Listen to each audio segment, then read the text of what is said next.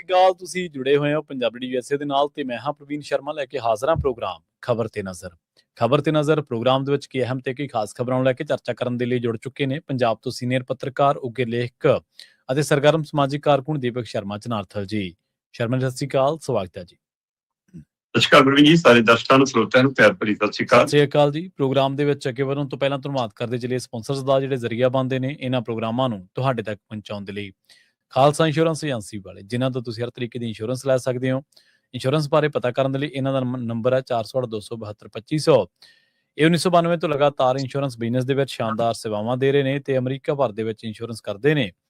Obama care, Medicare ਜਾਂ ਫਿਰ covered California ਬਾਬਤ ਪਾਲਿਸੀ ਕਰਵਾਉਣ ਦੇ ਲਈ, ਸਲਾਹ ਲੈਣ ਦੇ ਲਈ ਅੱਜ ਹੀ ਕਾਲ ਕਰੋ 408-272-2500 ਤੇ। ਟਰਕੀਅਨ ਇਮੀਗ੍ਰੇਸ਼ਨ ਲਾ ਫਰਮ ਵਾਲੇ, ਜੇ ਟਰਕੀਆਣਾ ਟੋਰਨੀ ਟਰਕੀਆਣਾ ਦੇ ਨਾਲ ਤੁਸੀਂ US ਇਮੀਗ੍ਰੇਸ਼ਨ ਬਾਬਤ ਕੋਈ ਵੀ ਸਲਾਹ ਕਰਨੀ ਹੈ, ਕੋਈ ਵੀ ਸਵਾਲ ਪੁੱਛਣਾ, ਤੇ ਇਹਨਾਂ ਦਾ ਨੰਬਰ ਹੈ 415-909-0503। ਮਨਦੀਪ ਸਿੰਘ ਸੈਨ ਹੋਜ਼ੇ, ਓਂਕਾਰ ਸਿੰਘ ਫਰੈਜ਼ਨੋ, ਗੁਰਨਾਮ ਸਿੰਘ ਐਂਟੀਲੋਪ, ਜਰਨੈਲ ਸਿੰਘ ਸਿਆਟਲ, ਮਨਦੀਪ ਢਿੱਲੋਂ ਯੂਨੀਵਰਸਿਟੀ ਤੇ ਲਾਲੀ ਸਿੰਘ ਗਰੇਵਾਲ ਫਰੀਮਾਉਂਟ ਤੋਂ। ਇਹਨਾਂ ਸਾਰੇ ਹੀ ਸਪਾਂਸਰਸ ਦਾ ਬਹੁਤ ਬਹੁਤ ਧੰਨਵਾਦ। ਤੇ ਜੇਕਰ ਤੁਸੀਂ ਵੀ ਪੰਜਾਬੀ USA ਦੇ ਇਹਨਾਂ ਪ੍ਰੋਗਰਾਮਾਂ ਨੂੰ ਸਪਾਂਸਰ ਕਰਨਾ ਚਾਹੁੰਦੇ ਹੋ ਤਾਂ ਸਟੂਡੀਓ ਦਾ ਨੰਬਰ ਹੈ 408-272-5200। ਅੱਜ ਦਾ ਖਬਰ ਤੇ ਨਜ਼ਰ ਪ੍ਰੋਗਰਾਮ ਸਾਲ 2026 ਦੀ 24 ਜੁਲਾਈ ਦਾ ਪ੍ਰੋਗਰਾਮ ਹੈ ਤੇ ਦਿਨ ਅੱਜ ਸ਼ੁੱਕਰਵਾਰ ਹੈ। ਖਬਰਾਂ ਦੇ ਵੱਲ ਆਈਏ ਸ਼ਰਮਾ ਜੀ, ਸ਼ੁਰੂਆਤ ਕਰੀਏ ਕੇਂਦਰ ਸਰਕਾਰ ਤੋਂ। ਸਰਕਾਰ ਝੁਕਣ ਲੱਗੀ ਹੈ ਕਹਿੰਦੇ, ਪਰ ਅੜੀ ਤੇ ਤਾਨਾਸ਼ਾਹੀ ਇਹ ਛੱਡਣੀ ਔਖੀ ਹੋ ਰਹੀ ਹੈ। ਧੌਣ ਦਾ ਕਿੱਲਾ ਤਾਂ ਕਹਿੰਦੇ ਨਿਕਲ ਗਿਆ, ਪਰ ਮੰਨਣਾ ਔਖਾ ਵੀ ਧੌਣ ਦਾ ਕਿੱਲਾ ਨਿਕਲ ਗਿਆ ਜੀ। ਪ੍ਰਵੀਨ ਜੀ, ਜੀ ਜੇ ਸਰਕਾਰਾਂ ਵਾਂਗ ਚੱਲੇ ਤਾਂ ਉਹਦੇ ਲਈ ਕੋਈ ਮੁਸ਼ਕਲ ਨਹੀਂ ਹੁੰਦਾ ਕਿ ਉਹ ਆਪਣੇ ਦੇਸ਼ ਦੇ ਨਾਗਰਿਕਾਂ ਦੀ ਗੱਲ ਸੁਣੇ ਤੇ ਉਹਦੇ ਅਨੁਸਾਰ ਕੰਮ ਕਰੇ। ਉਹਦੇ ਲਈ ਕੋਈ ਮੁਸ਼ਕਲ ਨਹੀਂ ਹੁੰਦਾ ਕਿ ਉਹ ਕਹੇ ਕਿ ਇਹ ਉਹ ਪਨੀਰੀ ਹੈ ਜਿਹਨੇ ਅੱਗੇ ਜਾ ਕੇ ਮੁਲਕ ਚਲਾਉਣਾ, ਮੁਲਕ ਸਾਂਭਣਾ ਜੀ, ਇਸ ਲਈ ਇਹਨਾਂ ਦੀ ਗੱਲ ਸੁਣਨ ਸਾਨੂੰ ਕੋਈ ਹਰਜ ਨਹੀਂ। ਪਰ ਉਹਦੇ ਅੰਦਰ ਕਿਤੇ ਨਾ ਕਿਤੇ ਅਜੇ ਉਹ ਤਾਨਾਸ਼ਾਹੀ, ਉਹ ਅੜੀ ਹੈਗੀ ਹੈ। ਪਰ ਉਹਦੇ ਬਾਵਜੂਦ ਵੀ ਉਸ ਨੂੰ ਲੱਗਣ ਲੱਗਾ ਕਿ ਹੁਣ ਸਾਡੇ ਹੱਥ ਵੱਸ ਕੁਛ ਰਿਹਾ ਨਹੀਂ ਜੀ। ਉਹਦੇ ਕਾਰਨ ਦੋ ਨੇ। ਇੱਕ ਕਾਰਨ ਤਾਂ ਇਹ ਹੈ ਕਿ ਆਪ ਮਾਹਰ ਇਕੱਠ ਹੋ ਰਿਹਾ, ਕਾਂਗਰਸ ਜਨਤਾ ਪਾਰਟੀ ਦਾ ਬੈਨਰ ਬੁਨਰ ਉੱਥੇ ਕੋਈ ਕੰਮ ਨਹੀਂ ਕਰ ਰਿਹਾ ਹੁਣ ਜੀ। ਕੋਈ ਇਹ ਨਹੀਂ ਗਾ ਕਿ ਹਾਂ ਉਹ ਅਭਿਜੀਤ ਦੀਪਕੇ ਕਰਕੇ ਜਾਂ ਸੋਨਮ ਵਾਂਗਚੁਕ ਕਰਕੇ ਆ ਰਹੇ ਨੇ। ਕਿਉਂ ਸੋਨਮ ਵਾਂਗਚੁਕ ਨੇ ਜਿਸ ਤਰ੍ਹਾਂ ਮਰਦ ਤੋੜਿਆ, ਉਸਦੇ ਉੱਤੇ ਕਈ ਤਰ੍ਹਾਂ ਦੀਆਂ ਚਰਚਾਵਾਂ, ਕਈ ਤਰ੍ਹਾਂ ਦੇ ਸਵਾਲ ਖੜੇ ਹੋ ਗਏ। ਉਹ ਉਹਨਾਂ ਨੂੰ ਕਹਿਣਾ ਪੈ ਰਿਹਾ ਕਿ ਦੱਸੋ ਜੀ, ਮਤਲਬ ਕਿ ਮੈਂ ਹੁਣ ਕਿਹੜੀ ਪ੍ਰੀਖਿਆ ਦੇ ਦੇਵਾਂ ਤੁਹਾਨੂੰ ਜੇ ਯਕੀਨ ਆ ਜਾਵੇ ਕੋਈ ਸੌਦਾ ਨਹੀਂ ਹੋਇਆ। ਇਹ ਸਥਿਤੀ ਬਣੀ ਕਿਉਂ? ਕਿਉਂਕਿ ਜਦੋਂ ਤੁਸੀਂ ਮਰਨ ਵਰਤ ਰੱਖਿਆ ਸੀ ਤਾਂ ਤੁਸੀਂ ਰੱਖਿਆ ਸੀਗਾ ਅਸਤੀਫੇ ਲਈ ਜਾਂ ਇਹਨਾਂ ਬੱਚਿਆਂ ਨੂੰ ਇਨਸਾਫ ਦਿਵਾਉਣ ਲਈ। ਸਹੀ ਹੈ। ਤੇ ਜਦੋਂ ਤੋੜਿਆ ਤਾਂ ਇਸ ਟੀਮ ਚੋਂ ਕੋਈ ਬੱਚਾ ਤੁਹਾਡੇ ਨਾਲ ਨਹੀਂ ਸੀ। ਸਵਾਲ ਇਹ ਨਹੀਂਗਾ ਕਿ ਮੰਨੀ ਗਈ ਕਿ ਨਹੀਂ ਮੰਨੀ ਗਈ। ਇਹ ਟੀਮ ਦੀ ਬਜਾਏ ਤੁਹਾਡੇ ਨਾਲ ਲੱਦਾਖ ਵਾਲੀ ਟੀਮ ਸੀ ਤੁਹਾਡੀ ਜੀ। ਸੋ ਕੀ ਲੱਦਾਖ ਨੂੰ ਲੈ ਕੇ ਕੋਈ ਸੌਦਾ ਹੋ ਗਿਆ? ਕਿਉਂ ਨੂੰ ਲੈ ਕੇ ਕੋਈ ਸਮਝੌਤਾ ਹੋ ਗਿਆ? ਕਿਉਂਕਿ ਚਰਚਾਵਾਂ ਉਸ ਸਮੇਂ ਤੋਂ ਹੀ ਸ਼ੁਰੂ ਹੋ ਗਈਆਂ ਸੀ ਜਦੋਂ ਸੋਨਮ ਵਾਂਗਚੁਕ ਨੂੰ ਅਚਾਨਕ ਰਿਹਾ ਕੀਤਾ ਗਿਆ ਜੀ। ਸਹੀ ਹੈ। ਤੇ ਉਸ ਤਰੀਕੇਕਾਰ ਦੇ ਉੱਤੇ ਵੀ ਕਈਆਂ ਨੇ ਸਵਾਲ ਖੜੇ ਕੀਤੇ ਸੀ। ਪਰ ਸੋਨਮ ਵਾਂਗਚੁਕ ਜਿਸ ਤਰ੍ਹਾਂ ਦੀ ਸ਼ਖਸੀਅਤ ਨੇ, ਜਿਸ ਤਰ੍ਹਾਂ ਦਾ ਉਹਨਾਂ ਔਰਾ ਜਾਂ ਜਿੱਦਾਂ ਲੜਨ ਦਾ ਜਜ਼ਬਾ ਹੈ, ਉਹਦੇ ਹਵਾਲੇ ਨਾਲ ਮਤਲਬ ਬਹੁਤ ਕੁਛ ਅਜੇ ਬਚਣਾ ਬਣਦਾ। ਪਰ ਅੱਜ ਕੱਲ੍ਹ ਸੋਸ਼ਲ ਮੀਡੀਆ ਦਾ ਜ਼ਮਾਨਾ, ਮਿੰਟ ਲੱਗਦਾ ਟੈਗ ਦੇਣ ਨੂੰ, ਕਿਸੇ ਨੂੰ ਵੀ ਟੈਗ ਦੇ ਕੇ ਹੋ ਜਾਂਦੇ ਨੇ ਲੋਕ ਅੱਗੇ। ਸਹੀ ਹੈ। ਹੁਣ ਇਸ ਲਈ ਇੱਕ ਤਾਂ ਉਹ ਪਹਿਲੂ। ਦੂਸਰਾ ਅਭਿਜੀਤ ਦੀਪਕੇ ਜਿਸ ਤਰ੍ਹਾਂ ਦਾ ਵਿਵਹਾਰ ਕਰਦਾ, ਉਹ ਕਈ ਵਾਰ ਸਭ ਨੂੰ ਹੈਰਾਨ ਪਰੇਸ਼ਾਨ ਕਰ ਜਾਂਦਾ। ਮਤਲਬ ਏਅਰਪੋਰਟ ਤੋਂ ਆਇਆ ਤੇ ਉਹਨੂੰ VIP ਟ੍ਰੀਟਮੈਂਟ ਮਿਲੀ, ਉਹਨੂੰ ਜੰਤਰ ਮੰਤਰ ਤੱਕ ਲੈ ਕੇ ਆਏ, ਹੈ ਨਾ, ਤੇ ਉੱਥੇ ਉਹਨੇ ਪ੍ਰਦਰਸ਼ਨ ਸ਼ੁਰੂ ਕਰਤਾ। ਫਿਰ ਅਚਾਨਕ ਗਰਮੀ ਲੱਗਣ ਲੱਗ ਗਈ, ਫਿਰ ਮੰਮੀ ਚੇਤੇ ਆ ਗਈ, ਗੱਡੀ 'ਚ ਬਹਿ ਗਿਆ, ਚਲੋ ਜੀ ਮੈਂ ਚੱਲਿਆ, ਕੱਲ ਨੂੰ ਆਊਂਗਾ, ਆਹ ਕਰੂੰਗਾ। ਫਿਰ ਇੱਥੇ ਵੀ ਹੁਣ ਵੀ ਹਾਲ ਹੀ ਦੇ ਦਰਮਿਆਨ ਵੀ ਜਿਸ ਤਰ੍ਹਾਂ ਦਾ ਮਤਲਬ ਕਿ ਉਹਦਾ ਰਿਹਾ ਤਰੀਕਾ ਕਰ, ਫਿਰ ਇੱਕ ਦਿਨ ਦੀ ਮੈਂ ਛੁੱਟੀ ਲੈ ਕੇ ਚੱਲਿਆ ਜੀ, ਹੁਣ ਮੈਨੂੰ ਬੁਖਾਰ ਚੜ ਗਿਆ, ਜਾਂ ਦੂਏ ਦਿਨੇ ਭੁੱਖ ਹੜਤਾਲ ਤੋੜਤੀ। ਸੋ ਉਹ ਸਾਰਾ ਕੁਛ ਵੀ ਮਤਲਬ ਬਹੁਤ ਕੁਛ ਸਾਰੇ ਪਹਿਲੂ ਇਹਦੇ ਵਿੱਚ ਹੈਗੇ। ਪਰ ਇਹ ਸਭ ਦੇ ਬਾਵਜੂਦ ਵੀ ਜਦੋਂ ਸਰਕਾਰ ਨਾਲ ਰਾਬਤਾ ਹੈ ਤਾਂ ਇਹ ਹੈ ਕਿ ਕਾਲ ਇਹਨਾਂ ਦੀ ਸੀ, ਇਸ ਲਈ ਇਹਨਾਂ ਦੇ ਨੁਮਾਇੰਦੇ ਨਾਲ ਗੱਲਬਾਤ ਹੁੰਦੀ ਹੈ। ਪਰ ਤੁਸੀਂ ਉੱਥੇ ਪ੍ਰਦਰਸ਼ਨ ਦੇਖੋ ਨਾ, ਕਿ ਇਹ ਨਵੀਂ ਪਨੀਰੀ ਦਾ ਪ੍ਰਦਰਸ਼ਨ ਹੈ। ਉਹ ਨਵੇਂ ਤਰੀਕੇ ਦੇ ਪੋਸਟਰ ਲੈ ਕੇ ਆਉਂਦੇ ਨੇ, ਨਵੇਂ ਤਰੀਕੇ ਦੇ ਟੈਲੈਂਟ ਹੰਟ ਕਰਦੇ ਨੇ, ਹੈ ਨਾ। ਉਹ ਉੱਥੇ ਨਾਲ ਦੀ ਨਾਲ ਆਪਣਾ ਇੰਜੋਏ ਵੀ ਕਰ ਰਹੇ ਨੇ, ਉਹ ਫਨ ਵੀ ਕਰ ਰਹੇ ਨੇ, ਉਹਦੇ ਮਸਲੇ ਤੇ ਵੀ ਖੜੇ ਨੇ, ਉਹ ਨਜ਼ਰਸਾਨੀ ਵੀ ਕਰਦੇ ਨੇ, ਸਿਆਸਤ ਵੀ ਸਮਝਦੇ ਨੇ, ਉਹਦੇ ਪਰ ਟਿੱਪਣੀ ਵੀ ਕਰਦੇ ਨੇ। ਤੇ ਉਹ ਬੜਾ ਵੱਖਰਾ ਮਤਲਬ ਕਿ ਇੱਕ ਦੇਖਣ ਨੂੰ ਮਿਲ ਰਿਹਾ। ਹੁਣ ਇਹਦੇ ਵਿਚਾਲੇ ਜਦੋਂ ਉਹਨਾਂ ਨੇ ਸਰਕਾਰ ਗੱਲਬਾਤ ਕਰਨਾ ਚਾਹੁੰਦੀ ਹੈ ਤਾਂ ਫਿਰ ਦੋ ਬੰਦੇ ਲਾਏ ਨੇ ਇਹਨਾਂ ਨੇ, JP ਨੱਡਾ ਤੇ ਜਤਿੰਦਰ ਸਿੰਘ ਜੀ। ਉਹੀ ਸੋਨਮ ਵਾਂਗਚੁਕ ਨਾਲ ਮਤਲਬ ਕਿ ਨਵੇੜਾ ਕਰਕੇ ਉਹਨਾਂ ਨੂੰ ਜੂਸ ਜਾਸ ਪਿਲਾਉਣ ਦੀ ਪ੍ਰਕਿਰਿਆ 'ਚ ਪੈਂਦੇ ਨੇ ਤੇ ਹਸਪਤਾਲ 'ਚ ਖਤਮ ਹੋ ਜਾਂਦਾ ਕੰਮ। ਠੀਕ ਹੈ। ਤੇ ਉਹੀ ਇਹਨਾਂ ਦੇ ਨਾਲ ਉਸ ਦਿਨ ਵੀ ਬੈਠਕ ਕਰਦੇ ਨੇ ਜਿੱਦਣ 20 ਜੁਲਾਈ ਨੂੰ ਸੰਸਦ ਵੱਲ ਮਾਰਚ ਸੀਗਾ। ਉਸ ਦਿਨ ਜੇਪੀ ਨੱਡਾ ਤੇ ਜਤਿੰਦਰ ਹੋਰਾਂ ਨਾਲ ਮੀਟਿੰਗ ਦਾ ਪਹਿਲੂ ਸੀ ਤੇ ਜੇਪੀ ਨੱਡਾ ਦੇ ਘਰੇ ਜਾ ਕੇ ਮਿਲ ਕੇ ਆਉਂਦੇ ਨੇ ਜੀ। ਹੁਣ ਉਹੀ ਜੇਪੀ ਨੱਡਾ ਤੇ ਜਤਿੰਦਰ ਹੋਰਾਂ ਨੇ ਮੀਟਿੰਗ ਲਈ ਕਹਿੰਦੇ ਜੀ ਅਸੀਂ 4 ਵਾਰ ਕਾਲ ਦਿੱਤੀ, ਆਉਂਦੇ ਨਹੀਂ। ਜੋ ਕਹਿੰਦੇ ਅਸੀਂ ਕਾਮਨ ਥਾਂ ਤੇ ਆ ਜਾਓ, ਜੰਤਰ ਮੰਤਰ ਆ ਜਾਓ ਜਾਂ ਕਿਸੇ ਹੋਰ ਥਾਂ ਤੇ ਆ ਜਾਓ, ਤੁਹਾਡੇ ਘਰੇ ਨਹੀਂ ਆਉਣਾ ਜਾਂ ਦਫ਼ਤਰ ਨਹੀਂ ਆਉਣਾ। ਫਿਰ ਕਨੌਟ ਪਲੇਸ 'ਚ ਕੋਈ ਕਲੱਬ ਹੈ ਇੱਕ, ਉਹ ਥਾਂ ਲੱਭੀ ਗਈ ਤੇ ਉੱਥੇ ਸ਼ਾਇਦ ਇਹ ਮੁਲਾਕਾਤ ਹੁੰਦੀ ਹੈ।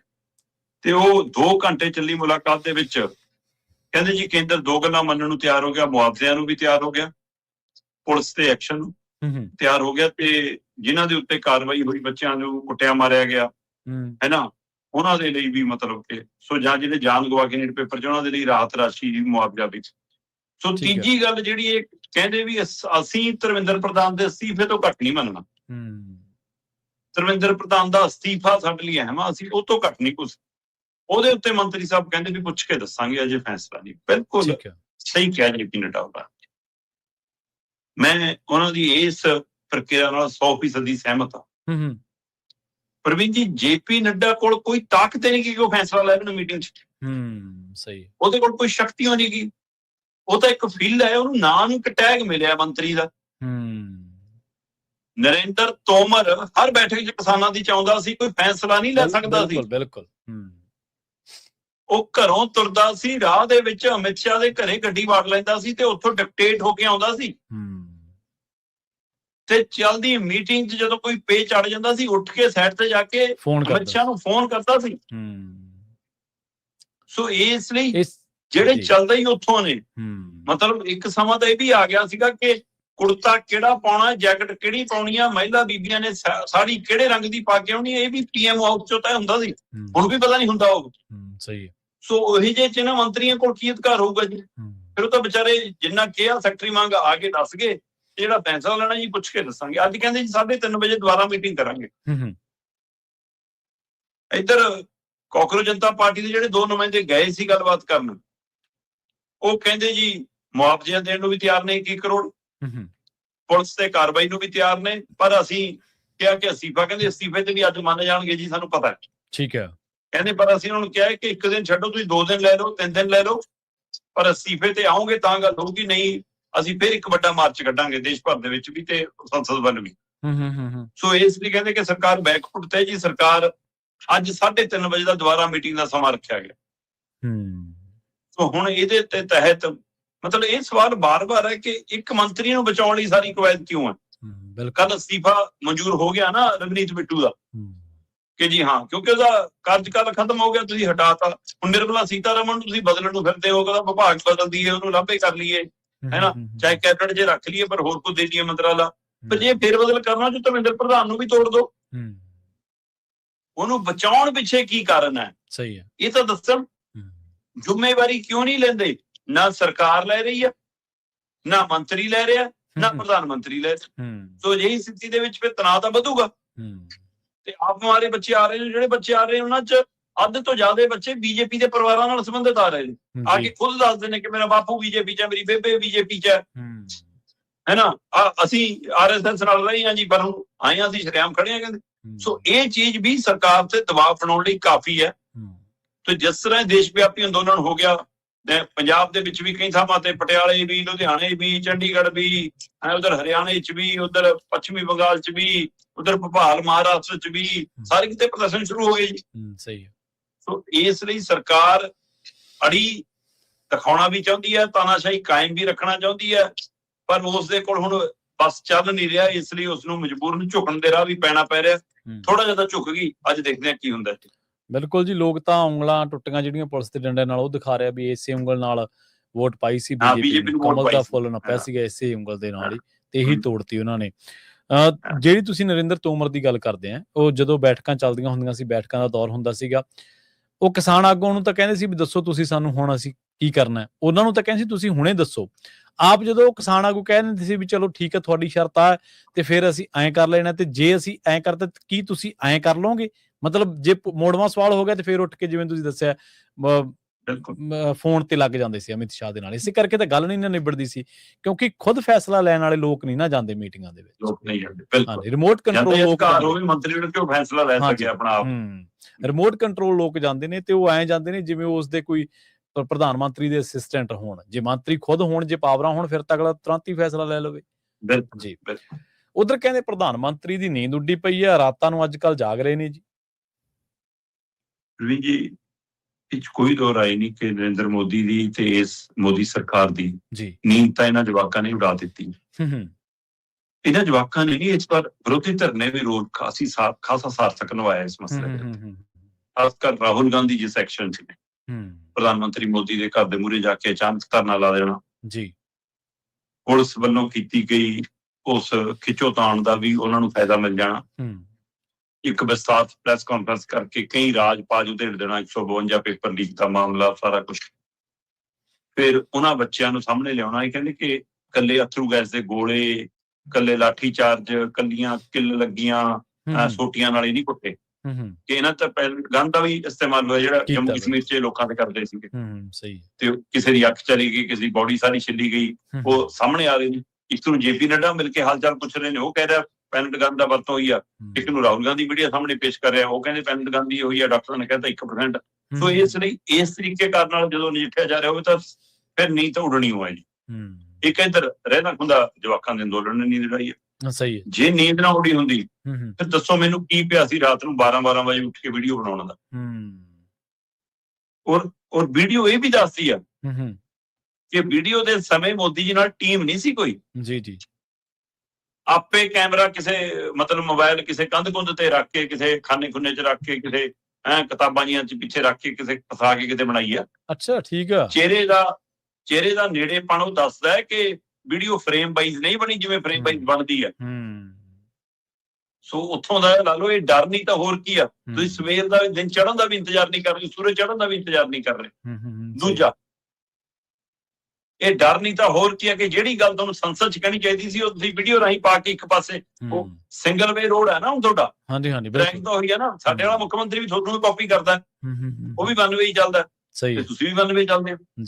ਸੋ ਇਸ ਲਈ ਪਹਿਲਾਂ ਤੁਸੀਂ ਟਵੀਟ ਕੀਤਾ, ਫਿਰ ਤੁਸੀਂ ਉਸੇ ਗੱਲ ਨੂੰ ਦੁਹਰਾਇਆ ਕਿ ਜੀ ਲਓ ਅਸੀਂ ਸਵੇਰ ਨੂੰ ਜੀ ਕੈਬਨਿਟ ਦੀ ਬੈਠਕ ਬੁਲਾਵਾਂਗੇ, ਉਹ ਚ ਅਸੀਂ ਤੈਅ ਕਰ ਲਾਂਗੇ, ਤੇ ਜਿੱਦਣ ਸੈਸ਼ਨ ਚੱਲ ਪਿਆ, ਸਾਡਾ ਸੰਸਦ ਚੱਲ ਪਈ, ਉਦੋਂ ਹੀ ਅਸੀਂ ਬਿੱਲ ਪੇਸ਼ ਕਰ ਦਾਂਗੇ। ਸਖਤ ਕਾਨੂੰਨ ਬਣਾ ਰਹੇ ਹਾਂ ਜੀ ਅਸੀਂ, ਫਾਸਟ ਟਰੈਕ ਕੋਰਟ ਰਾਹੀਂ ਤੁਹਾਨੂੰ ਜੀ ਮਤਲਬ ਇਨਸਾਫ ਦਵਾ ਦਾਂਗੇ।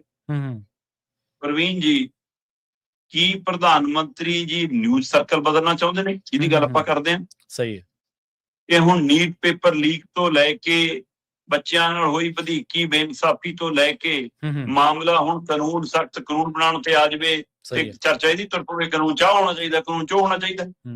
ਕੀ ਨਿਊਜ਼ ਸਰਕਲ ਚੇਂਜ ਕਰਨਾ ਚਾਹੁੰਦੇ ਨੇ, ਜਾਂ ਇਹ ਦੱਸ ਦੇਣ ਪ੍ਰਧਾਨ ਮੰਤਰੀ ਜੀ ਕਿ ਕਿਹੜਾ ਲੋਕਤੰਤਰਕ ਤਰੀਕਾ ਕਿ ਤੁਸੀਂ ਉਹ ਤੈਅ ਕਰਦੇ ਹੋ ਕਿ ਸਵੇਰ ਨੂੰ ਕੈਬਨਿਟ ਚ ਫੈਸਲਾ ਕਰ ਦੂੰਗਾ ਮੈਂ? ਸਹੀ ਹੈ। ਕੈਬਨਿਟ ਸਮੂਹਕ ਤੌਰ ਤੇ ਫੈਸਲਾ ਕਰਦੀ ਹੁੰਦੀ ਹੈ। ਜੇ ਉਹਨਾਂ ਨੂੰ ਅਧਿਕਾਰ ਦਿੱਤੇ ਹੋਣ ਤਾਂ ਤੁਸੀਂ ਕਹੋਗੇ ਸਵੇਰੇ ਕੈਬਨਿਟ ਚ ਵਿਚਾਰਾਂਗੇ, ਫੈਸਲਾ ਨਹੀਂ ਸੁਣਾਓਗੇ ਤੁਸੀਂ। ਸਹੀ ਹੈ, ਬਿਲਕੁਲ। ਯਾਦ ਕਰੋ 3 ਖੇਤੀ ਕਾਨੂੰਨ ਕਿਵੇਂ ਆਏ ਸੀ, ਧੱਕੇ ਨਾਲ ਧਵਨੀ ਉਸਸੇ ਪਾਸ ਹੋ ਗਿਆ ਜੀ ਰਾਜ ਸਭਾ ਚ। ਉੱਥੇ ਚੀਕਦੇ ਰਹੇ ਕਿ ਜੇ ਇੱਕ ਵੀ ਬੰਦਾ ਹੱਥ ਖੜਾ ਕਰ ਦੇਵੇ ਚਰਚਾ ਕਰਾਉਣੀ ਜੀ, ਉੱਥੇ ਦਰਜਨਾਂ ਹੱਥ ਖੜੇ ਸੀਗੇ ਉਸ ਸਮੇਂ। ਤੁਸੀਂ ਧੱਕੇ ਨਾਲ 3 ਕਾਨੂੰਨ ਪਾਸ ਕਰਾਏ। ਸਹੀ ਹੈ। ਪਰ ਤੁਸੀਂ ਸ਼ਰਾਰਤ ਕੀ ਕੀਤੀ ਕਿ ਜੀ ਤੁਸੀਂ ਸੁਨੇਹਾ ਦਿੱਤਾ ਕਿ ਜੀ ਮੈਂ 3 ਖੇਤੀ ਕਾਨੂੰਨ ਵਾਪਸ ਲੈਣਾ ਹੈ, ਮੇਰੀ ਤਪੱਸਿਆ ਚ ਕਮੀ ਰਹਿ ਗਈ ਹੋਊਗੀ ਕੋਈ। ਚਲੋ ਜੀ, ਤੇ ਸੋਚ ਕੇ ਕੀ ਕਿਹਾ ਸੀ ਮੋਦੀ ਜੀ ਨੇ? ਸੋਚ ਕੇ ਕਿਹਾ ਸੀ ਕਿ ਮੈਂ ਬੋਲੂੰਗਾ, ਇਹ ਆਪਣੇ ਤੰਬੂ ਪੱਟਣਗੇ ਉੱਥੇ ਸਿੰਘੂ ਖਨੌਰੀ, ਉਥੋਂ ਸਿੰਘੂ ਤੋਂ ਤੇ ਉਧਰੋਂ ਟਿੱਕਰੀ ਤੋਂ, ਤੇ ਲਓ ਜੀ ਪੰਜਾਬ ਨੂੰ ਟਰੈਕਟਰ ਟਰਾਲੀਆਂ ਲੈ ਕੇ ਭੱਜ ਲੈਣਗੇ। ਇੰਨੇ ਮੂਰਖ ਨਹੀਂ ਸੀ ਉਹ। ਸਹੀ ਹੈ। ਉਹ ਕਹਿੰਦੇ ਐ ਨਹੀਂ ਜਾਂਦੇ, ਤੁਹਾਡੇ ਨਾਲ ਜਿਹੜੇ ਰਾਹ ਲੈ ਕੇ ਆਏ ਹੋ ਕਾਨੂੰਨ ਉਸੇ ਰਾਹ ਵਾਪਸ ਲੈ ਕੇ ਆਓ ਪਹਿਲਾਂ। ਉਹਨਾਂ ਨੂੰ ਪਤਾ ਕਿ ਸੰਸਦ ਚ ਵਾਪਸ ਹੁੰਦੇ ਨੇ। ਤੇ ਫਿਰ ਤੁਹਾਨੂੰ ਇਹ ਤੁਸੀਂ ਲੋਕਾਂ ਨੂੰ ਕਿਉਂ ਮੂਰਖ ਸਮਝਦੇ ਹੋ ਕਿ ਤੁਸੀਂ ਕਹਿਤਾ ਤੇ ਕਾਨੂੰਨ ਐ ਬਣ ਜੂਗਾ ਤੁਹਾਡੇ ਕਿਹਾ ਤੇ? ਜਾਂ ਤਾਂ ਤੁਸੀਂ ਲੋਕਤੰਤਰ ਤਰੀਕੇ ਨਾਲ ਚੱਲਿਆ ਨਹੀਂ ਰਹੇ। ਇਹ ਗੱਲ ਸਾਬਤ ਹੁੰਦੀ ਹੈ ਕਿ ਤੁਸੀਂ ਡਿਕਟੇਟਰਸ਼ਿਪ ਦੇ ਤਰੀਕੇ ਨਾਲ ਚੱਲ ਰਹੇ ਹੋ, ਤਾਂ ਤੁਸੀਂ ਇਹ ਕਹਿ ਰਹੇ ਹੋ ਕਿ ਸਵੇਰ ਨੂੰ ਹੋ ਗਿਆ ਕੈਬਨਿਟ ਤੁਸੀਂ ਕਰ ਲਿਓ ਫਰਫੁੱਲਾ ਜਾ। ਬਿਲਕੁਲ। ਨਹੀਂ ਤਾਂ ਇੱਕ ਪ੍ਰਕਿਰਿਆ ਕਾਨੂੰਨ ਲਿਆਉਣ ਦੀ, ਉਹਦੇ ਤਹਿਤ ਚਰਚਾ ਹੁੰਦੀ ਹੈ, ਕਮੇਟੀਆਂ ਬਣਦੀਆਂ, ਉਹਦਾ ਖਰੜਾ ਤਿਆਰ ਹੁੰਦਾ ਹੈ, ਉਹ ਸਿਲੈਕਟ ਕਮੇਟੀਆਂ ਨੂੰ ਭੇਜਣ ਦੀ ਪ੍ਰਕਿਰਿਆ। ਉਸ ਸਮੇਂ ਵੀ ਕਿਹਾ ਜਾਂਦਾ ਤਿੰਨ ਖੇਤੀ ਕਾਨੂੰਨ ਸਿਲੈਕਟ ਕਮੇਟੀ ਨੂੰ ਭੇਜ ਲਓ, ਪਰ ਤੁਸੀਂ ਨਹੀਂ ਮੰਨੇ। ਤੇ ਹੁਣ ਵੀ ਇਸ ਪ੍ਰਕਿਰਿਆ ਚ ਪੈਣ ਦੀ ਬਜਾਏ ਸਿੱਧਾ ਕਹਿੰਦੇ ਉਸ ਬਣਾ ਕੇ ਪਰੇ ਹੋ ਜਾਣਗੇ ਜੀ 2 ਦਿਨਾਂ ਚ ਕਾਨੂੰਨ। ਜੀ ਸਹੀ। ਇਸ ਲਈ ਇੱਥੋਂ ਸਾਫ਼ ਹੈ ਕਿ ਮੋਦੀ ਜੀ ਦੀ ਨੀਂਦ ਉੜੀ ਹੈ, ਸਰਕਾਰ ਦੀ ਨੀਂਦ ਉੜੀ ਹੈ। ਉਹਨਾਂ ਦੇ ਹੱਥ ਬਸ ਕੁਛ ਆ ਨਹੀਂ ਰਿਹਾ। ਸੰਸਦ ਦੇ ਅੰਦਰ ਵੀ ਘਿਰੇ ਨੇ, ਆਪਣੇ ਘਰ ਦੇ ਬਾਹਰ ਵੀ ਘਿਰੇ ਨੇ, ਦਿੱਲੀ ਚ ਵੀ ਘਿਰੇ ਨੇ ਤੇ ਦੇਸ਼ ਚ ਵੀ ਘਿਰ ਗਏ। ਅਜਿਹੀ ਘੇਰਾਬੰਦੀ ਚ ਫਿਰ ਮੰਜੇ ਤੇ ਬੰਦਾ ਜਦੋਂ ਪਾਸੇ ਮਾਰਦਾ, ਫਿਰ ਉੱਠ ਕੇ ਉਹਦਾ ਜੀ ਕਰਦਾ ਕਿ ਅੱਜ ਦੀ ਟੈਕਨੋਲੋਜੀ ਦਾ ਮੈਂ ਕੁਛ ਪਾ ਦੇਵਾਂ, ਸ਼ਾਇਦ ਇਹਦੇ ਨਾਲੇ ਮਾਮਲਾ ਠੰਡਾ ਮੱਠਾ ਹੋ ਜਾਵੇ। ਸੋ ਜਨਾਬ, ਸੰਸਦ ਚ ਆ ਕੇ ਸਾਹਮਣਾ ਕਰ ਲਓ ਆਪਣੇ ਸੰਸਦ ਮੈਂਬਰਾਂ ਦਾ, ਜੇ ਦੇਸ਼ ਦਾ ਸਾਹਮਣਾ ਨਹੀਂ ਕੀਤਾ ਜਾਂਦਾ, ਜੇ ਨੌਜਵਾਨੀ ਦਾ ਸਾਹਮਣਾ ਨਹੀਂ ਕੀਤਾ ਜਾਂਦਾ। ਇਸ ਲਈ ਅੰਦਰ ਇੱਕ ਡਰ ਵੱਡੇ ਤੌਰ ਤੇ ਪੈਦਾ ਹੋ ਗਿਆ। ਮੈਨੂੰ ਲੱਗਦਾ ਉਹਨੂੰ ਆਪਣੀ ਕੁਰਸੀ ਵੀ ਖਿਸਕਦੀ ਦਿਖਣ ਲੱਗੀ ਹੈ। ਜੀ ਬਿਲਕੁਲ। ਤੇ ਗੱਲ ਕਰੀਏ ਪੰਜਾਬ ਦੇ ਵਿੱਚ, ਕਹਿੰਦੇ ਨਾਬਾਲਗ ਹੁਣ ਚਿੱਟੇ ਦੇ ਤਸਕਰ ਬਣੇ ਪਏ ਨੇ ਜੀ। ਇਹ ਬਹੁਤ ਪਹਿਲੂ ਗੰਭੀਰ ਹੈ। ਬਿਲਕੁਲ ਸਹੀ। ਪੰਜਾਬ ਦੇ ਵਿੱਚ ਇਸ ਮੌਕੇ ਚਿੱਟੇ ਵਾਲਾ ਮਸਲਾ ਸਭ ਦੇ ਸਾਹਮਣੇ ਆ ਕਿ ਸਮੇਂ-ਸਮੇਂ ਦੀਆਂ ਸਰਕਾਰਾਂ ਆਈਆਂ ਤੇ ਗਈਆਂ, ਪਰ ਅਜੇ ਤੱਕ ਉਹ ਤੋਂ ਨਿਜਾਤ ਨਹੀਂ ਮਿਲੀ ਜੀ। ਔਰ ਇਹਦੇ ਵਿੱਚ ਵੀ ਕੋਈ ਦੋ ਰਾਏ ਨਹੀਂ ਕਿ ਪੰਜਾਬ ਦੇ ਵਿੱਚ ਚਿੱਟਾ ਪੈਦਾ ਨਹੀਂ ਹੁੰਦਾ, ਬਾਹਰੋਂ ਆਉਂਦਾ। ਬਿਲਕੁਲ ਸਹੀ। ਚਾਹੇ ਉਹ ਸਿੱਧਾ ਸਰਹੱਦ ਤੇ ਜਾਲੀ ਤੋਂ ਪਾਰ ਹੋ ਕੇ ਆ ਜਾਵੇ, ਤੇ ਚਾਹੇ ਸਮੁੰਦਰੀ ਇਹਨਾਂ ਦੇ ਬੇੜਿਆਂ ਚ ਆ ਜਾਵੇ, ਮੁਦਰਾ ਪੋਰਟ ਤੋਂ, ਗੁਜਰਾਤ ਵਾਲਿਆਂ ਤੋਂ ਤੇ ਉਹਨਾਂ ਤੋਂ, ਤੇ ਉਧਰੋਂ ਬਾਏ ਰੋਡ ਸਾਡੇ ਹੱਥ ਦਾਖਲ ਹੋ ਜਾਵੇ, ਆਉਂਦਾ ਬਾਹਰੋਂ ਜੀ। ਹੁਣ ਜੇ ਬਾਹਰੋਂ ਆਉਂਦਾ ਤਾਂ ਫਿਰ ਜਨਾਬ, ਜੇ ਹਰਿਆਣੇ ਵਾਲੀ ਪੁਲਿਸ ਕਿਸਾਨਾਂ ਨੂੰ ਦਿੱਲੀ ਜਾਂਦੇ ਆ ਨਾਕੇ ਲਾ ਲੈਂਦੀ ਹੈ, ਫਿਰ ਨਾਕੇ ਲਾ ਲਿਆ ਕਰੋ, ਰੋਕ ਲਓ ਨਾ, ਰਾਜਸਥਾਨ ਵਾਲੇ ਪਾਸੇ ਨਾਕੇ ਲਾ ਲਓ, ਨਾ ਆਉਣ ਦਿਓ ਜੀ। ਤੇ ਜੇ ਸਰਹੱਦ ਪਾਰ ਤੋਂ ਕੋਈ ਸਿੱਟਦਾ ਤਾਂ ਜਨਾਬ ਜ਼ਿੰਮੇਵਾਰੀ ਕਿਹਦੀ ਹੈ? ਕੇਂਦਰ ਕਰਦਾ ਕੀ ਹੈ? ਜਿਹੜਾ ਕਹਿੰਦਾ 50 ਕਿਲੋਮੀਟਰ ਦਾ ਦਾਇਰਾ ਹਮਾਰੇ ਖੇਤਰ ਮੇਂ, ਸਹੀ ਹੈ ਜੀ, ਹਮਾਰੇ ਕੰਟਰੋਲ ਮੇਂ, ਫਿਰ ਉਹਨਾਂ ਤੋਂ ਰੁਕਦਾ ਕਿਉਂ ਨਹੀਂ? ਤੇ ਜੇ ਪੰਜਾਬ ਦੀਆਂ ਗਲੀਆਂ ਚ, ਬਾਜ਼ਾਰਾਂ ਚ, ਬੈਠਕਾਂ ਚ, ਡਰਾਇੰਗ ਰੂਮਾਂ ਚ ਮਿਲਦਾ, ਤੇ ਫਿਰ ਪੰਜਾਬ ਸਰਕਾਰ ਤੇ ਪੰਜਾਬ ਪੁਲਿਸ ਦੀ ਜ਼ਿੰਮੇਵਾਰੀ ਨਹੀਂ? ਬਿਲਕੁਲ ਬਣਦੀ। ਸੋ ਜੇ ਜ਼ਿੰਮੇਵਾਰੀਆਂ ਤੈਅ ਹੋਣ ਤਾਂ ਸਾਨੂੰ ਅੱਜ ਅਜਿਹੀ ਖਬਰ ਤੇ ਚਰਚਾ ਨਾ ਕਰਨੀ ਪਵੇ। ਚਲੋ ਆਪਾਂ ਇਸ ਪਹਿਲੂ ਦੇ ਉੱਤੇ ਜਾਈਏ ਕਿ ਜਿਹੜਾ ਘਟਨਾਕ੍ਰਮ ਸਾਡੇ ਸਰਹੱਦੀ ਖੇਤਰ 'ਚ ਵਾਪਰਦਾ ਕਿ ਜੀ ਤਾਰ ਪਾਰ ਤੋਂ ਪੈਪ ਰਾਹੀਂ ਸੱਟਤਾ ਜੀ, ਹਵਾ 'ਚ ਸੱਟਤਾ ਜੀ, ਖੇਤਾਂ 'ਚ ਸੱਟਤਾ ਜੀ, ਤੇ ਫਿਰ ਉੱਥੋਂ ਚੱਕਣ ਦੇ ਲਈ ਬੰਦੇ ਲਾਏ ਜਾਂਦੇ ਨੇ ਜੀ, ਕਹਿ ਚੱਕ ਕੇ ਲਿਆਉਣਾ ਉਹ ਤਰੀਕਾ ਕਰ। ਕੀ ਉਹ ਕੰਮ ਦੇ ਲਈ ਹੁਣ ਨਾਬਾਲਗ ਬੱਚਿਆਂ ਦੀ ਵਰਤੋਂ ਹੋ ਰਹੀ ਹੈ ਜੀ, ਜਾਂ ਅੱਗੇ ਸਪਲਾਈ ਚੇਨ ਦੇ ਲਈ ਨਾਬਾਲਗ ਬੱਚਿਆਂ ਦੀ ਵਰਤੋਂ ਹੋ ਰਹੀ ਹੈ? ਕਹਿੰਦੇ ਜੀ ਇਹਨਾਂ ਬੱਚਿਆਂ ਨੂੰ ਟੈਲੀਗ੍ਰਾਮ ਜਾਂ ਇੰਸਟਾਗ੍ਰਾਮ ਰਾਹੀਂ ਪ੍ਰਭਾਵਿਤ ਕੀਤਾ ਜਾਂਦਾ, ਠੀਕ ਹੈ, ਉਹਨਾਂ ਨੂੰ ਆਪਣੇ ਗਰੋਹ 'ਚ ਸ਼ਾਮਲ ਕੀਤਾ ਜਾਂਦਾ, ਜਾਂ ਉਹਨਾਂ ਪਰਿਵਾਰਾਂ ਦੇ ਬੱਚੇ ਟਾਰਗੇਟ ਰਹਿੰਦੇ ਨੇ ਜਿਹੜੇ ਆਰਥਿਕ ਤੌਰ ਤੇ ਕਮਜ਼ੋਰ ਨੇ। ਸਹੀ ਹੈ। ਮਾਪੇ ਕੰਮਾਂ-ਕਾਰਾਂ 'ਚ ਉਲਝੇ ਹੁੰਦੇ ਨੇ, ਬੱਚਿਆਂ ਲਈ ਸਮਾਂ ਨਹੀਂ ਹੁੰਦਾ, ਤੇ ਬੱਚੇ ਫਿਰ ਪੈਸੇ ਦੇ ਲਾਲਚ 'ਚ, ਵਿਦੇਸ਼ ਜਾਣ ਦੇ ਲਾਲਚ 'ਚ, ਕੁਝ ਘੁੰਮਣ ਫਿਰਨ, ਖਾਣ ਪੀਣ, ਖੇਡਣ ਦੇ ਲਾਲਚ 'ਚ ਇਹਨਾਂ ਦੇ ਦਾਇਰੇ 'ਚ ਆਉਂਦੇ ਨੇ, ਜਾਂ ਉਹਨਾਂ ਨੂੰ ਪਹਿਲਾਂ ਨਸ਼ੇ ਤੇ ਲਾਇਆ ਜਾਂਦਾ ਜੀ, ਫਿਰ ਡਰਾ ਕੇ ਧੰਦਾ ਕਰਾਇਆ ਜਾਂਦਾ। ਇੱਥੋਂ ਤੱਕ ਪਤਾ ਲੱਗਾ ਕਿ ਇਸ ਨਸ਼ੇ ਦੀ ਤਸਕਰੀ ਦੇ ਵਿੱਚ ਜਿਹੜੇ ਜਵਾਕ 18 ਸਾਲ ਤੋਂ ਥੱਲੇ ਵਾਲੇ, 16 ਤੋਂ 17 ਸਾਲ ਦੇ ਬੱਚੇ ਵੱਧ ਪਾਏ ਜਾ ਰਹੇ ਨੇ ਇਸ ਦਾਇਰੇ ਦੇ ਵਿੱਚ, ਕਿ ਉਹ ਇਹ ਤਰੀਕਾਕਾਰ ਹੈ ਗਰੋਹਾਂ ਦਾ ਕਿ ਬਈ ਇਹਨਾਂ ਦੇ ਉੱਤੇ ਉਹੀ ਜਿਹੀਆਂ ਧਾਰਾਵਾਂ ਨਹੀਂ ਲੱਗਣੀਆਂ, ਇਹ ਬਾਲ-ਗਰਾਜ ਚਲੇ ਜਾਣਗੇ, ਜੇ ਹੋ ਜਾਊਗਾ, ਇਸ ਲਈ ਉਹਨਾਂ ਨੂੰ ਇਹ ਵੀ ਕਹਿ ਦਿਓ ਚਿੰਤਾ ਨਾ ਕਰੋ। ਤੇ ਇਸ ਲਾਲਚ 'ਚ ਉਹਨਾਂ ਤੋਂ ਇਹ ਚਿੱਟੇ ਦੀ ਸਪਲਾਈ ਜਾਂ ਜਾਂਦੇ। ਕੁਝ ਮਾਮਲੇ ਤਾਂ ਅਜਿਹੇ ਨੇ ਜੀ ਜਿਨ੍ਹਾਂ 'ਚ ਬੱਚਿਆਂ ਨੂੰ ਇਹ ਵੀ ਨਹੀਂ ਪਤਾ ਹੁੰਦਾ ਕਿ ਮੈਨੂੰ ਜਿਹੜੀ ਪੈਕਟ ਦਿੱਤਾ, ਇਸ ਪੈਕਟ 'ਚ ਕੀ ਹੈ। ਬਿਲਕੁਲ ਸਹੀ। ਇਹ ਤੋਂ ਵੀ ਅਣਜਾਣ। ਹੁਣ ਇਹ ਗੱਲ ਕੱਲੀ ਫੋਕੀ ਨਹੀਂ ਹੈਗੀ। ਕੁੱਲ NDPS ਦੇ ਮਾਮਲੇ 65,436 ਸਾਹਮਣੇ ਆਏ ਨੇ ਪਿਛਲੇ 4 ਸਾਲਾਂ ਦੇ ਦਰਮਿਆਨ। ਇਹਨਾਂ 4 ਸਾਲਾਂ 'ਚ ਪੰਜਾਬ ਦੇ ਵਿੱਚ ਨਾਬਾਲਗ ਨਾਲ ਜੁੜੇ 176 ਕੇਸ ਨੇ। ਨਾਬਾਲਗ ਬੱਚਿਆਂ ਨਾਲ ਸੰਬੰਧਿਤ 176 ਕੇਸ ਸਾਹਮਣੇ ਆਏ ਨੇ, ਜਿਹਦੇ ਵਿੱਚ 240 ਨਾਬਾਲਗ ਬੱਚਿਆਂ ਦੀ ਗ੍ਰਿਫਤਾਰੀ ਹੋ ਚੁੱਕੀ ਹੈ। ਇਸ ਮਾਮਲੇ 'ਚ ਮੇਰੇ ਕੋਲ 2 ਕੇਸ ਪਏ ਨੇ ਜੀ। 14 ਸਤੰਬਰ 2023 ਅੰਮ੍ਰਿਤਸਰ ਲੋਪੋਕੇ ਦੇ ਵਿੱਚ 3 ਕਿਲੋ ਹੈਰਨ ਫੜ ਹੋਈ, ਠੀਕ ਹੈ ਜੀ। 4 ਪਿਸਤੌਲ ਤੇ 3 ਆਰੋਪੀ ਫੜ ਲਏ ਗਏ, ਠੀਕ ਹੈ ਜੀ। ਇਹਨਾਂ 'ਚ ਇੱਕ 17 ਸਾਲ ਦਾ ਨੌਜਵਾਨ ਬੱਚਾ ਸੀਗਾ ਜਿਹੜਾ ਡਰੋਨ ਦੇ ਰਾਹੀਂ ਡਿੱਗੀ ਹੋਈ ਹੈਰਨ ਦੀ ਖੇਪ ਅੱਗੇ ਪਹੁੰਚਾਉਣ ਦੇ ਮਾਮਲੇ 'ਚ ਫੜਿਆ ਗਿਆ। ਦੂਸਰਾ ਮਾਮਲਾ 22 ਮਾਰਚ 2024 ਭਿੱਖੀ ਪਿੰਡ ਤਰਨਤਾਰਨ ਦਾ ਜੀ 1.5 ਕਿਲੋ ਹੈਰਨ, 45,000 ਰੁਪਏ ਦੀ ਡਰੱਗ ਮਨੀ ਦੇ ਨਾਲ 2 ਬੰਦੇ ਫੜੇ ਗਏ ਜੀ। 16 ਸਾਲ ਦੇ 5,000 ਰੁਪਏ ਲੈ ਕੇ ਪੈਕਟ ਪਹੁੰਚਾਉਣ ਦੀ ਜ਼ਿੰਮੇਵਾਰੀ ਸੀ ਇਹਨਾਂ ਬੱਚਿਆਂ ਤੇ, ਠੀਕ ਹੈ, 5,000 ਦੇ ਬਦਲੇ। ਫਿਰ ਤੀਸਰਾ ਮਾਮਲਾ 13 ਜੂਨ 2026 ਹਾਲ ਹੀ ਦਾ, ਪਿਛਲੇ ਮਹੀਨੇ ਦਾ, ਅੰਮ੍ਰਿਤਸਰ 7 ਲੋਕ ਗ੍ਰਿਫਤਾਰ ਹੁੰਦੇ ਨੇ। 5 ਕਿਲੋ ਹੈਰੋਨ, 2 ਮਸ਼ੀਨ ਗਨਾਂ ਉਹਨਾਂ ਦੇ ਕੋਈ ਪੁਰਜੇ ਜੇ, 30 ਲੱਖ ਰੁਪਏ ਦੀ ਡਰੱਗ ਮਨੀ। ਤੇ ਗ੍ਰਿਫਤਾਰ ਇਹਨਾਂ ਦੇ ਵਿੱਚ 7 ਬੰਦਿਆਂ ਦੇ ਵਿੱਚ 17 ਸਾਲ ਦਾ 17.5 ਸਾਲ ਦਾ ਇੱਕ ਨੌਜਵਾਨ ਜਵਾਕ ਵੀ ਫੜ ਹੁੰਦਾ। ਠੀਕ ਹੈ ਜੀ। ਸੋ ਇਹ ਘਟਨਾਵਾਂ ਸਾਫ਼ ਦੱਸਦੀਆਂ ਨੇ ਤੇ 240 ਜਵਾਕ ਹੁਣ ਤੱਕ ਗ੍ਰਿਫਤਾਰ ਨੇ। ਸਭ ਤੋਂ ਵੱਧ ਮਾਮਲੇ ਅੰਮ੍ਰਿਤਸਰ ਦੇ ਨੇ, 57 ਜਵਾਕ ਨੇ। ਵੈਸੇ ਤਾਂ ਅੰਮ੍ਰਿਤਸਰ ਦੇ 87 ਬੱਚੇ ਇਸ ਸਮੇਂ ਅੰਦਰ ਨੇ, ਕੱਲੇ ਅੰਮ੍ਰਿਤਸਰ ਜ਼ਿਲ੍ਹੇ ਨਾਲ ਸੰਬੰਧਿਤ ਹੈ, ਪਰ ਉਹਨਾਂ 87 ਚੋਂ 57 ਉਹ ਨੇ ਜਿਹੜੇ ਹੈਰੋਇਨ ਦੀ ਸਪਲਾਈ ਦੇ ਮਾਮਲੇ 'ਚ, ਡਰੱਗ ਵਾਲੇ ਮਾਮਲੇ 'ਚ ਗ੍ਰਿਫਤਾਰ ਨੇ। ਜੀ ਜੀ, ਸਹੀ ਹੈ। ਦੂਏ ਨੰਬਰ ਤੇ ਫਿਰੋਜ਼ਪੁਰ ਆਉਂਦਾ, 32 ਨਾਬਾਲਗ ਬੱਚੇ ਨੇ। ਤਰਨਤਾਰਨ ਦੇ 25 ਨਾਬਾਲਗ ਬੱਚੇ ਨੇ। ਫਾਜ਼ਿਲਕਾ ਦੇ 23 ਨਾਬਾਲਗ ਬੱਚੇ ਨੇ। ਜਲੰਧਰ ਦੇ 21, ਲੁਧਿਆਣਾ ਦੇ 18, ਬਠਿੰਡਾ ਦੇ 14, ਮੋਹਾਲੀ ਦੇ 10, ਗੁਰਦਾਸਪੁਰ ਦੇ 8, ਪਟਿਆਲਾ ਦੇ 7, ਕਪੂਰਥਲਾ ਦੇ 6 ਤੇ ਬਾਕੀ ਰਹਿੰਦਿਆਂ ਚੋਂ 21 ਬੱਚੇ ਹੋਰ। ਇੰਜ 240 ਤੋਂ ਵੱਧ ਬੱਚੇ ਸਾਡੇ ਅੰਦਰ ਨੇ। ਸੋ ਇਹ ਸਿਸਟਮ ਦੀ ਫੇਲੀਅਰ, ਸਰਕਾਰਾਂ ਦੀ ਫੇਲੀਅਰ ਹੈ। ਇਹ ਸਮਾਜਿਕ ਤਾਣਾ ਬਾਣਾ ਜਿਹੜਾ ਸਾਡਾ ਟੁੱਟ ਗਿਆ ਪਿੰਡਾਂ ਸ਼ਹਿਰਾਂ ਕਸਬਿਆਂ ਦੇ ਵਿੱਚ, ਉਹਦਾ ਨਤੀਜਾ। ਤੇ ਪੈਸੇ ਦਾ ਲਾਲਚ, ਅਮੀਰ ਹੋਣ ਦਾ ਛੇਤੀ ਲਾਲਚ, ਨਸ਼ੇ ਦੇ ਆਦੀ ਹੈ। ਇਹ ਜਿਹੜੀ ਰਾਜਨੀਤਿਕ, ਪੁਲਿਸ ਤੇ ਇਹਨਾਂ ਸਪਲਾਇਰਾਂ ਦੀ ਚੇਨ ਹੈ, ਉਹਦਾ ਨਤੀਜਾ। ਇਹ ਸਾਰਾ ਕੁਝ ਉਹਦਾ ਵਰਤਾਰਾ ਹੈ ਕਿ ਸਾਡੀ ਨਵੀਂ ਪਨੀਰੀ, ਜਿਹਨੂੰ ਅਸੀਂ ਕਹਿੰਦੇ ਹਾਂ ਕਿ ਹਾਂ ਜੀ ਅਸੀਂ ਇਹਨਾਂ ਨੂੰ ਦਰੁਸਤ ਰਾਹ ਤੇ ਪਹੁੰਚਾਉਣ ਦੇ ਲਈ ਆਹ ਯੋਜਨਾਵਾਂ ਲੈਣੀਆਂ ਜਾਂ ਨੇ, ਜਾਂ ਅਸੀਂ ਨਸ਼ਾ ਮੁਕਤ ਪੰਜਾਬ ਦੀਆਂ ਯੋਜਨਾਵਾਂ ਚਲਾ ਰਹੀਆਂ, ਉਹਦਾ ਨਤੀਜਾ ਆਹ ਅਸੀਂ ਦੇਖ ਰਹੇ ਹਾਂ। 5-7 ਸਾਲ ਪਹਿਲਾਂ, 10 ਸਾਲ ਪਹਿਲਾਂ ਸ਼ਰਮਾ ਜੀ, ਬਹੁਤ ਸਾਰੇ ਲੋਕ ਨਸ਼ੇ ਤੇ ਇਸ ਕਰਕੇ ਨਹੀਂ ਬੋਲੇ ਹੋਣੇ ਵੀ ਸਾਡਾ ਨਸ਼ਾ ਕੀ ਕਰ ਲੂਗਾ, ਸਾਡੇ ਤਾਂ ਜਵਾਕ ਹੀ 4-5 ਸਾਲ ਦੇ ਆ, 6-7 ਸਾਲ ਦੇ ਨੇ, ਅਸੀਂ ਨਸ਼ੇ ਤੋਂ ਕੀ ਲੈਣਾ, ਇਹ ਤਾਂ ਵੱਡਿਆਂ ਨੂੰ ਖਾਂਦਾ। ਆਏ ਨਹੀਂ ਪਤਾ ਵੀ 10 ਸਾਲਾਂ ਬਾਅਦ ਤੁਹਾਡਾ ਨਿਆਣਾ ਜਦੋਂ 15 ਸਾਲ ਦਾ ਹੋਊਗਾ ਤੇ ਖਬਰ ਉਹੀ ਇਸ ਕੰਮ 'ਚ ਪੈ ਜਾਵੇ। ਇਸੇ ਸਮਾਜ 'ਚ ਵਿਚਰਨਾ, ਇਸੇ ਸਮਾਜ ਦੇ ਵਿੱਚ ਵਿਚਰਨਾ। ਇਸੇ ਕਰਕੇ ਜਿਹੜੇ ਸਿਆਣੇ ਲੋਕ ਨੇ, ਫਿਲਾਸਫਰ ਲੋਕ ਨੇ, ਉਹ ਕਹਿੰਦੇ ਸਮਾਜ ਦੇ ਵਿੱਚ ਨੋ ਡਾਊਟ ਤੁਸੀਂ ਮੈਜੋਰਟੀ 'ਚ ਹੈ ਕਿ ਮਿਨੋਰਟੀ 'ਚ ਹੈ, ਪਰ ਹਰ ਉਹ ਗਲਤ ਚੀਜ਼ ਦਾ ਵਿਰੋਧ ਕਰੋ ਜਿਹੜੀ ਕਿ ਸਮਾਜ ਦੇ ਵਿੱਚ ਭੜਕਾਹਟ, ਅਨਿਆਂ ਜਾਂ ਜ਼ੁਲਮ ਪੈਦਾ ਕਰਦੀ, ਉਹਦਾ ਵਿਰੋਧ ਕਰਨਾ ਬਣਦਾ ਤੁਹਾਨੂੰ। ਇਸ ਕਰਕੇ ਕਿ ਉਹ ਅੱਗ ਤੁਹਾਡੇ ਘਰ ਤੱਕ ਨਾ ਆਵੇ, ਇਸ ਕਰਕੇ ਕਿ ਉਹ ਅੱਗ ਮਨੁੱਖਤਾ ਨੂੰ ਨਾ ਖਾਵੇ, ਇਸ ਕਰਕੇ ਉਹਦਾ ਰੋਕਣਾ ਬਣਦਾ। ਅਗਲੀ ਗੱਲ ਕਰੀਏ ਕਿ ਪੰਥਕ ਮੁੱਦੇ ਤੇ ਵਿਚਾਰ ਕਰੀਏ। ਜਥੇਦਾਰ ਸਾਹਿਬ ਨੇ ਖਾਲਸਾ ਮਾਰਚ ਕੱਢਣਾ ਜੀ। ਇਹ ਖਾਲਸਾ ਮਾਰਚ ਦੇ ਮਹੀਨੇ ਜਿਹੜੇ ਨੇ ਉਹ ਪੰਥਕ ਕੱਢੇ ਜਾਣ ਜਾਂ ਫਿਰ ਇਹ ਕਿਸੇ ਸਿਆਸੀ ਮਹੀਨੇ ਤੋਂ ਪ੍ਰੇਰਿਤ? ਜੀ ਇੱਕ ਤਾਂ ਕੱਲ ਇਹ ਸ਼ੁਰੂ ਹੋ ਗਿਆ ਪੰਥਕ ਮਾਰਚ ਸ਼੍ਰੀ ਅਕਾਲ ਤਖਤ ਸਾਹਿਬ। ਜੀ ਕੱਲ ਸ਼ੁਰੂ ਕੀਤਾ, ਇਹ 3 ਅਗਸਤ ਤੱਕ ਚੱਲਣਾ। ਸ਼੍ਰੀ ਅਕਾਲ ਤਖਤ ਸਾਹਿਬ ਤੋਂ ਸ਼ੁਰੂ ਹੋ ਕੇ ਤਖਤ ਸ੍ਰੀ ਦਮਦਮਾ ਸਾਹਿਬ ਤੱਕ ਜਾਣਾ। ਠੀਕ ਹੈ ਜੀ।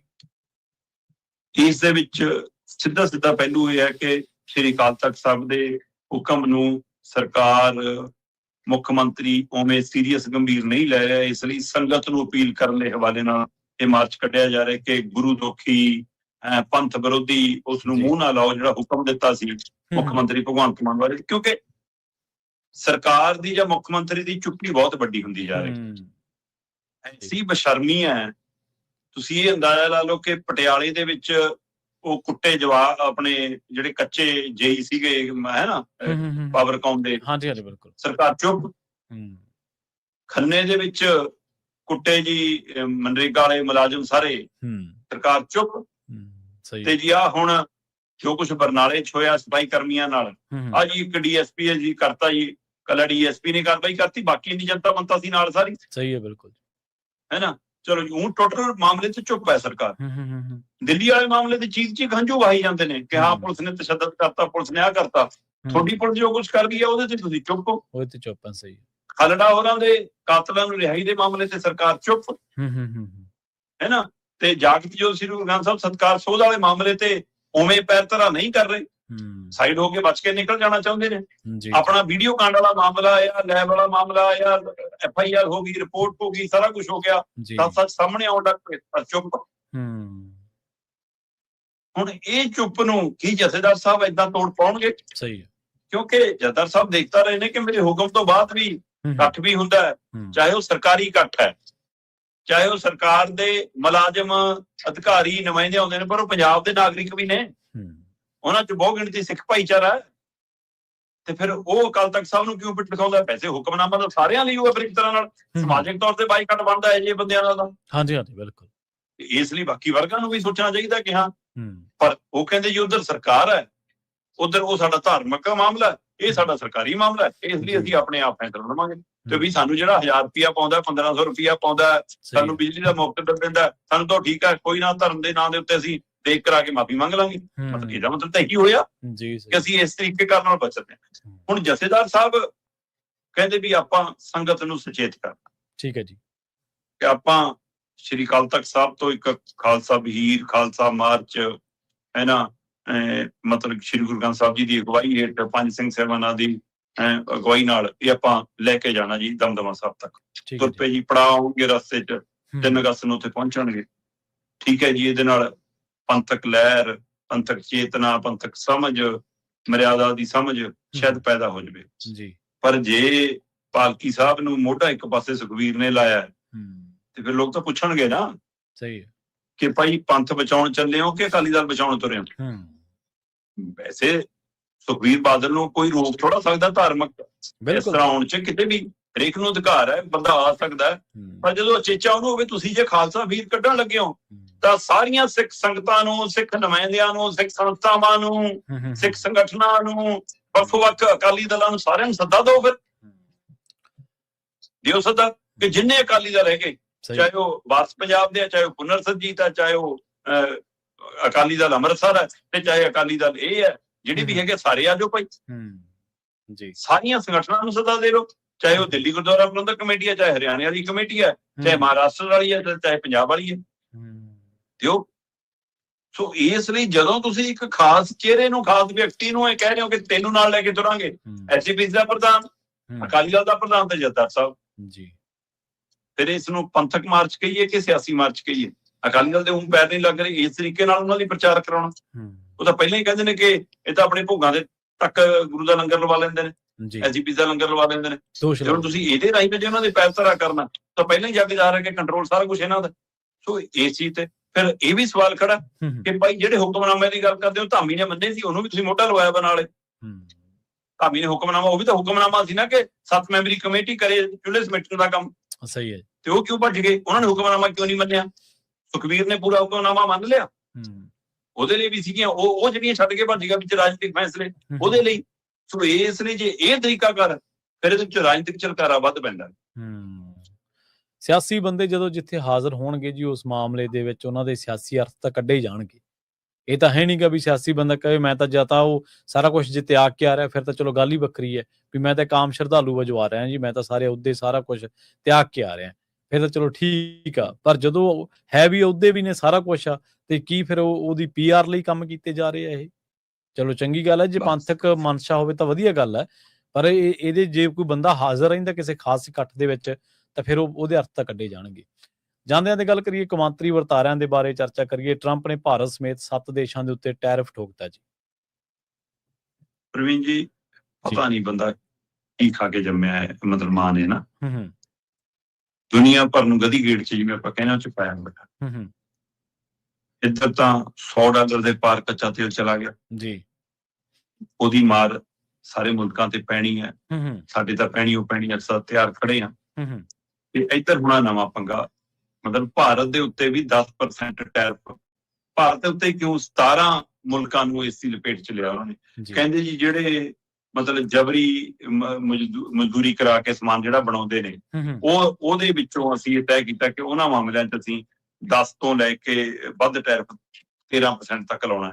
ਮਤਲਬ 10% ਚ ਭਾਰਤ ਤੇ ਵੀ ਲੱਗ ਗਿਆ, ਪਾਕਿਸਤਾਨ ਤੇ ਵੀ ਲੱਗ ਗਿਆ, ਬੰਗਲਾਦੇਸ਼ ਤੇ ਵੀ ਲੱਗ ਗਿਆ, ਸ਼੍ਰੀਲੰਕਾ ਤੇ ਵੀ ਲੱਗ ਗਿਆ, ਬ੍ਰਿਟੇਨ ਤੇ ਵੀ ਲੱਗ ਗਿਆ, ਇੰਡੋਨੇਸ਼ੀਆ ਤੇ ਵੀ ਲੱਗ ਗਿਆ, ਮਲੇਸ਼ੀਆ ਤੇ ਵੀ ਲੱਗ ਗਿਆ, ਕੰਬੋਡੀਆ ਤੇ ਵੀ ਲੱਗ ਗਿਆ, ਕੈਨੇਡਾ ਤੇ ਵੀ ਲੱਗ ਗਿਆ, ਅਰਜਨਟੀਨਾ ਤੇ ਵੀ ਲੱਗ ਗਿਆ, ਮੈਕਸੀਕੋ ਤੇ ਵੀ ਲੱਗ ਗਿਆ। ਏਦਾਂ 17 ਦੇਸ਼ ਨੇ ਇਹ ਜੀ ਜਿਨ੍ਹਾਂ ਦੇ ਉੱਤੇ ਸਿੱਧਾ 10% ਟੈਰਿਫ ਲਾਇਆ। ਤੇ 12.5% 12.5% ਟੈਰਿਫ 43 ਦੇ ਕਰੀਬ ਦੇਸ਼ ਨੇ ਜਿਨ੍ਹਾਂ ਤੇ ਲਾਤਾ, ਜਿਨ੍ਹਾਂ ਚ ਮੋਟੇ ਜੇ ਮੈਂ ਗੱਲ ਕਰਾਂ, ਚੀਨ ਹੈ, ਰੂਸ ਹੈ, ਤੁਰਕੀ ਹੈ, ਇਰਾਕ ਹੈ, ਸਾਊਦੀ ਅਰਬ ਹੈ ਨਾ, UAE ਹੈ, ਆਸਟ੍ਰੇਲੀਆ ਹੈ, ਜਾਪਾਨ ਹੈ, ਦੱਖਣੀ ਅਫਰੀਕਾ ਹੈ, ਬ੍ਰਾਜ਼ੀਲ ਹੈ ਨਾ, ਥਾਈਲੈਂਡ ਹੈ, ਮਿਸਰ ਹੈ। ਏਦਾਂ ਦੇ 43 ਮੁਲਕ ਇਹ ਨੇ ਜਿਨ੍ਹਾਂ ਤੇ 13% ਦੇ ਗੇਟ ਚ ਟੈਰਿਫ ਹੋ ਗਿਆ ਤੇ ਭਾਰਤ ਤੇ 10% ਦੇ। ਸੋ ਇਸ ਲਈ ਜਿਹੜਾ ਜਬਰੀ ਟੈਰਿਫ ਲਾਉਣ ਦੀ ਪ੍ਰਕਿਰਿਆ ਹੁਣ ਭਾਰਤ ਭੱਜਿਆ ਫਿਰਦਾ ਤੇ ਉਹ ਤਾਂ ਕਹਿੰਦਾ ਜੀ ਮੈਂ ਤਾਂ ਹੋਰ ਅਜੇ ਤਿਆਰੀਆਂ ਕਰ ਰਿਹਾ, ਮੈਂ ਤਾਂ ਹੋਰ ਅਜੇ ਟੈਰਿਫ ਲਾਉਂਗਾ ਜੀ। ਠੀਕ ਹੈ।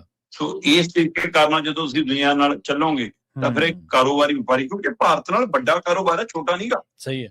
13.6 ਲੱਖ ਕਰੋੜ ਦਾ 13.5 ਲੱਖ ਕਰੋੜ ਤੋਂ ਉੱਪਰ ਦਾ ਕਾਰੋਬਾਰ ਭਾਰਤ ਤੇ ਅਮਰੀਕਾ ਦੇ ਵਿਚਾਲੇ ਹੈ, ਜਿਹਦੇ ਵਿੱਚੋਂ 8.42 ਲੱਖ ਕਰੋੜ ਦਾ ਨਿਰਯਾਤ ਹੈ ਭਾਰਤ ਦਾ ਤੇ 5.18 ਲੱਖ ਕਰੋੜ ਦਾ ਆਯਾਤ ਹੈ। ਜੀ ਜੀ।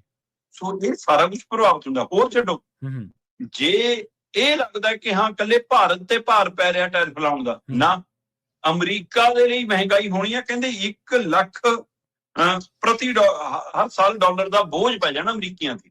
ਜੀ ਜੀ। ਸੋ ਇੱਥੋਂ ਦਾ ਕਹਿੰਦੇ ਟੈਰਿਫ ਵਾਲੀ ਜਿਹੜੀ ਛੇੜ ਲਈ, ਸਾਲਾਨਾ 1 ਲੱਖ ਰੁਪਏ ਦਾ ਨੁਕਸਾਨ ਹੋਏਗਾ ਫੈਮਲੀਆਂ ਦਾ ਅਮਰੀਕਾ ਦਾ। 1 ਲੱਖ ਰੁਪਏ, ਡਾਲਰ ਨਹੀਂ, 1 ਲੱਖ ਰੁਪਇਆ ਜੇ ਆਪਾਂ ਭਾਰਤੀ ਉਹਦੇ ਚਲਾਈਏ ਤਾਂ ਇਹ ਨਵਾਂ ਬੋਝ ਪੈਣਾ ਉਹਦੇ ਨਾਲ। ਸੋ ਸਮੁੱਚੇ ਵਰਤਾਰਾ ਡਗਮਗਾ ਰਿਹਾ, ਇਕਨੋਮੀ ਤੇ ਅਸਰ ਪੈ ਰਿਹਾ, ਤੇ ਪਰ ਇਹ ਬੰਦਾ ਨਾ ਸੋਚਣ ਲਈ ਨਾ ਸਮਝਣ ਲਈ, ਜੋ ਮਨ ਆਇਆ ਉਹ ਕਰ ਦੋ। ਸੋ ਇਸ ਲਈ ਨੀਂਦ ਇਹਨੂੰ ਵੀ ਨਹੀਂ ਆਉਂਦੀ, ਨੀਂਦ ਸਾਡੇ ਵਾਲੇ ਨੂੰ ਵੀ ਨਹੀਂ ਆਉਂਦੀ, ਤੇ ਪੰਗਾ ਪਾਈ ਰੱਖਦੇ ਨੇ ਫਿਰ ਕੋਈ ਨਾ ਕੋਈ। ਜੀ ਬਿਲਕੁਲ। ਤੇ ਸ਼ਰਮਾ ਜੀ, ਇਹਨਾਂ ਖਾਸ ਖਬਰਾਂ ਤੇ ਖਾਸ ਜਾਣਕਾਰੀਆਂ ਦੇ ਲਈ ਤੁਹਾਡਾ ਬਹੁਤ ਧੰਨਵਾਦ ਜੀ। ਸਤਿ ਸ਼੍ਰੀ ਅਕਾਲ ਜੀ। ਪ੍ਰੋਗਰਾਮ ਖਬਰ ਤੇ ਨਜ਼ਰ ਨੂੰ ਆਪਾਂ ਇੱਥੇ ਸਮਾਪਤ ਕਰਾਂਗੇ। ਤੁਹਾਡਾ ਸਾਰਿਆਂ ਦਾ ਬਹੁਤ ਧੰਨਵਾਦ। ਸਤਿ ਸ਼੍ਰੀ ਅਕਾਲ। ਇਸੇ ਤਰ੍ਹਾਂ ਜੁੜੇ ਰਹੋ ਪੰਜਾਬੀ ਰੇਡੀਓ USA ਦੇ ਨਾਲ।